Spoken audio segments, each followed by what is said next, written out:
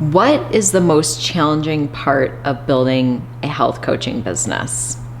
And why do, I would say, up to 90% of coaches never go on to build a successful coaching business? And by successful coaching business, I mean a coaching business that's actually able to bring in an income that would replace, let's say, like an income from another job. And I would say the numbers are probably 90% of coaches do not do that, which means there's probably about 10% of coaches that do, which is awesome. But why are these numbers so low? Why do so many coaches quit? Like, what really is going on there? And I want to talk about this because I think it's really important to know and to be truthful about everything when it comes to building a coaching business. So part of the problem is that there's tons of coaching training certifications that are painting this picture of the ease of building a coaching business. You go and you get a certification and boom, you're going to magically have clients and you're going to be replacing your corporate income in a couple of months. And is that possible? Sure, of course it is, right?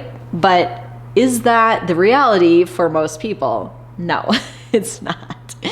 And so a lot of people go in and they do these trainings thinking that it's going to be like this easy process, and it's not.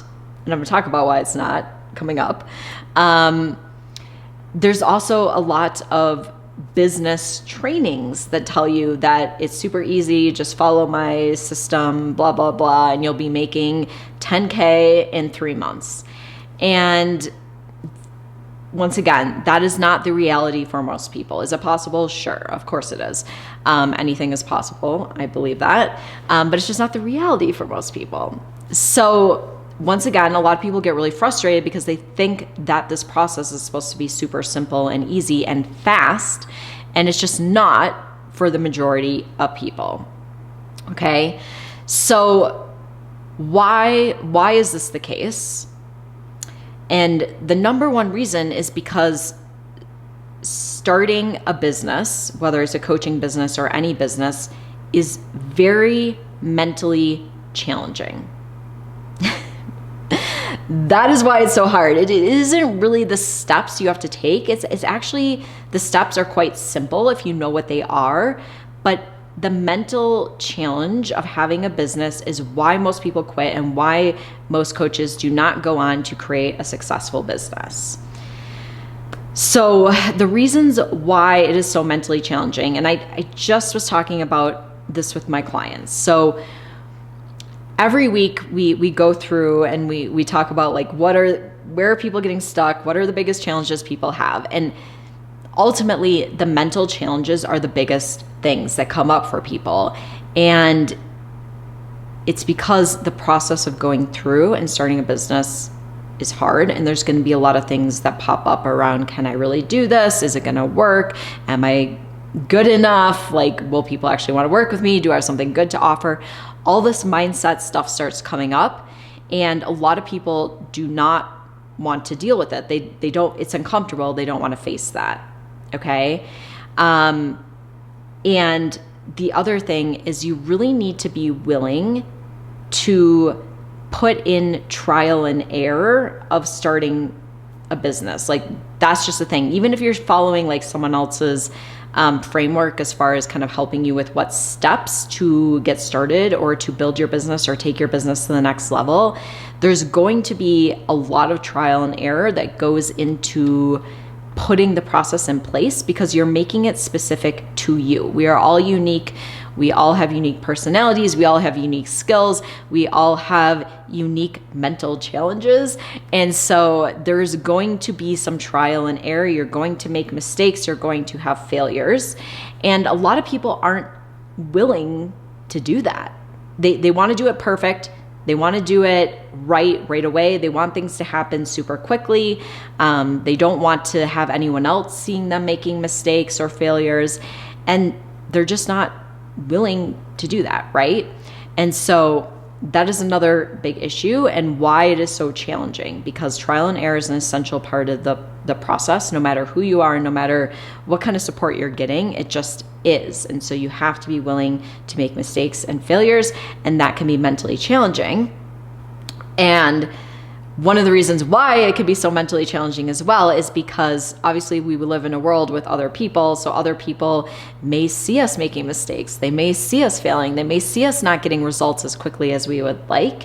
And we make that an issue. We take that to heart. We're like, oh my gosh, what are people thinking of me? They're judging me, all this stuff. And quite frankly, most people are not judging you. Most people are not sitting there watching you under a microscope and watching everything you do and being like, oh my gosh, she's making mistakes. She put this out there and it didn't work out exactly how it wanted, and it's taking her longer to get clients and make money. Like, nobody is watching you under a microscope like that. And if they are pathetic. Okay. Like, they have way too much time and energy on their hands, because all of us have our own lives and our own problems and our own goals, and we should be focusing on our own stuff, not on someone else's. And if someone is micromanaging you and micromanaging everything you're doing and looking at it and judging you, like, that person is pathetic, and you should not be caring what they're thinking anyways, okay?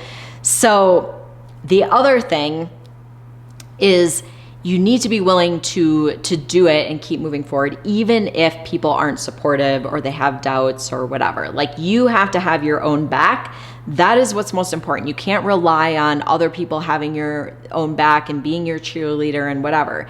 Like, of course, you can find support, which is where getting like business mentoring and having a supportive community can be super, super valuable, because a lot of times the people in our everyday life don't really get it. Having an online business is still like, it's so much more acceptable now and common, but it still can be a little like out there for people, and they may be like, is this real? Like, what are you doing? Like, and so having that supportive community can be really, really helpful. But the next thing is that you need to be in it for the long run. Starting a business and building a business and getting it to a point where you're getting consistent income and you're able to have like a business that actually supports you financially and you feel good about it, and you're like, yeah, like I totally support myself financially through my business and I feel really confident in it. It takes time. It takes time. Period.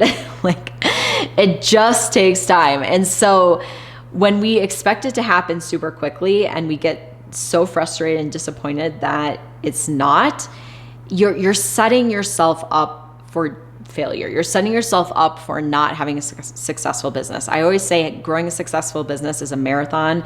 It is not a sprint. And you need to be willing to put in the time, because once again, there's a lot of trial and error, and we learn through our mistakes, and then we can do things better, and we can learn what works and we can learn what doesn't work. And the other thing to recognize is that it takes time to build know, like, and trust with your audience so that they're going to want to work with you.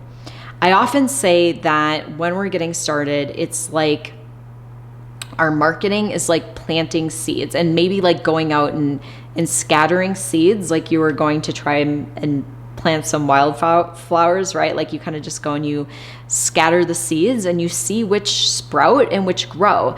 And when we don't have patience, what we're doing is we're literally being like, these seeds aren't sprouting. They're not sprouting. They're not sprouting. We're like going and we're like digging them up from under the ground instead of just giving them the time and the nurturing that they need to sprout above the ground and to grow.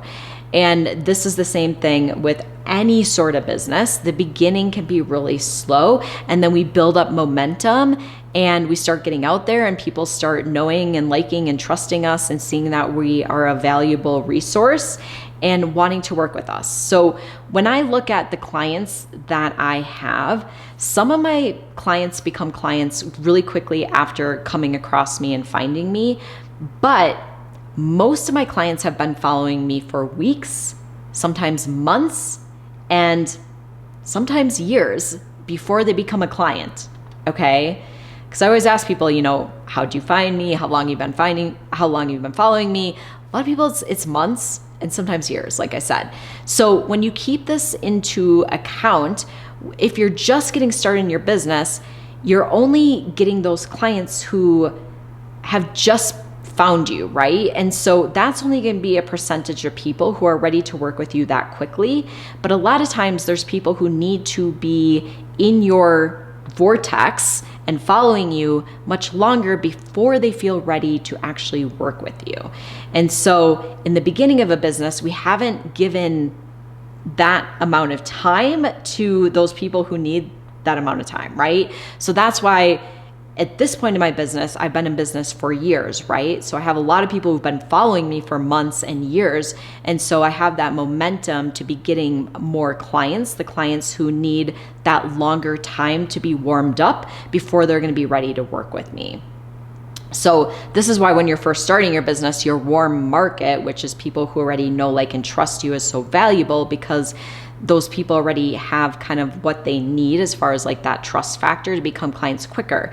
But we just need to recognize, like, different people need different amounts of time to be warmed up before they're going to be ready to work with you. So if we don't give that amount of time in the beginning of our business, we're just getting started, right? So we don't have that built up time for those people to have been building that relationship with us longer.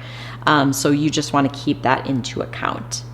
Okay, really important, because I think a lot of people don't recognize that, and they think that someone's going to follow you and become a client like that. Like, that's what we're made to believe. And like I said, for some people, that's how it works. But for a lot of people, it's not. I would say the majority of my clients have been following me for months before they become a client. So you've got to give kind of that time for that to be happening. And that's why we need to have patience when it comes to building a business. Okay, that's not everyone, but yeah, some people, we need to give them that time. And that's why you're going to build up the momentum as you're going. And the last thing I want to talk about is you need to put yourself out there. You need to get visible. You need to talk about what you do, make videos, write content, do workshops. It doesn't matter. Like, we all build our business in different ways, but you need to get visible and put yourself out there, and you need to do uncomfortable things. You need to be willing to do uncomfortable things. It doesn't mean doing icky things or things that don't feel aligned or authentic for you. That is something different. You don't have to do any of that. But you do have to be willing to put yourself out there and do things that are new and most likely going to feel uncomfortable. And you have to get okay with having uncomfortable feelings, because you're going to do things and you're not going to get the results you want right away. Like, that's just inevitable, and it's going to happen to people, and you're going to feel uncomfortable about it. You're going to feel like, you're going to get all those kind of like thoughts in your head, like, can I really do this? Do people really want to work with me? Do I have something good to offer? Can I really help people? Like, those thoughts are going to come in and they're going to feel uncomfortable. You're not going to want to feel those thoughts. Okay? None of us do. We don't want to feel those thoughts, right? And so what happens for a lot of coaches is they start getting these thoughts and they feel uncomfortable, and they don't want to feel uncomfortable. So the solution for them is to quit their business, because if they quit their business, they don't need to do uncomfortable things, and they don't need to do things that are going to result in uncomfortable thoughts and uncomfortable feelings that come along with it. So of course we can do the mindset work around this, and we can become aware of these thoughts, and we can work on shifting those thoughts. But that's a process, and it doesn't just happen like magically. And even if you are working on it and you're aware of it and you've been doing it for years, you're still going to get uncomfortable thoughts and feelings. And I'm speaking from experience, because I still get them, because I'm always doing new things in my business. I'm continuing to grow. I'm continuing to expand. And so I continue to do things that are out of my comfort zone, and to change and to get uncomfortable feelings and thoughts because of it. And I just know that that's part of the process, and I'm okay with it, because I know that I have two options, okay? I have the option of building a business that I love, that I'm passionate about, that is my own, that allows me to do work that I love, that is making a huge impact in my clients' lives and making an impact in the world in the way that I want to, and that allows me to have the freedom and flexibility to work how I want, when I want, to make the income that I want to be making in my business. So I have that option, right? And I know that that option comes with a lot of discomfort, a lot of uncomfortable things that I need to be doing, a lot of uncomfortable thoughts that I have. Yes, sometimes I even think like, is this worth it? Maybe I should quit my business. Maybe I should go get a job because I wouldn't have to feel all these uncomfortable feelings. But on the other end, I know that the other option is to have a job that is going to have a lot of uncomfortable feelings too. But they're not the uncomfortable feelings that go with putting yourself out there and taking chances. They're the uncomfortable feelings of knowing that I'm not living up to my potential. I'm having to work certain hours. I'm having to follow someone else's rules. I'm having to go and sit maybe in an office and do work like that, or do work that's not fulfilling, or not what I really want to be doing, or not making the impact I want to be making. So I have the choice of the uncomfortable feelings that go along with going after what I really want and building a business that I really want and being self-employed, and all the uncomfortable thoughts and feelings that go along with that, or all the uncomfortable thoughts and feelings that go along with being an employee and not wanting to be an employee and being told what to do and not doing work that's maybe super fulfilling. Or on that other end, maybe is maybe not having a job and not building my business. Maybe you don't have to, and that's fine. But knowing that I'm not fulfilling my potential, that I'm not doing something that I really feel called to do and I know I'm capable of, and I'm not doing it because it feels uncomfortable, right? So I know I can choose the discomfort of going after my dreams, or I can choose the discomfort of not going after my dreams. And I choose the discomfort of going after my dreams because I know it's worth it. And I want to see what I'm capable of. Like, I don't want to live this life and just choose the easy path because it's easy and it doesn't feel uncomfortable. Like, I want to see what I'm capable of. I want to live my fullest life. Like, that's really important to me. And I know a big part of that is making the impact that I'm able to make. Like, that's a huge part of it. And so once again, you can choose, right? And this is why it's so challenging, because of the mindset stuff that goes with building a business. And there's nothing wrong with being an employee. There's nothing wrong with, maybe deciding that you don't want to have your own business. But choose intentionally and know your options. It is really, really important. Okay. And this is really why it's so challenging. Once again, the mindset stuff. So I want to hear from you in the comments. Which of these things do you get most stuck with? And was this helpful? Does this really make sense as far as why it's so challenging and why so few coaches go on to build a successful business? I'd love to hear your thoughts in the comments. Let me know. And if you found this video helpful, please give it a thumbs up. You can go ahead and subscribe to my channel. I'm doing new videos like this every week. And if you want to dive deeper into the steps to building a successful coaching business in a way that feels good and is authentic for you and will allow you to get consistent clients in your business, I have a free training that walks you through that. I will link it below this video. So I want to thank you so much for joining me, and I will see you next time.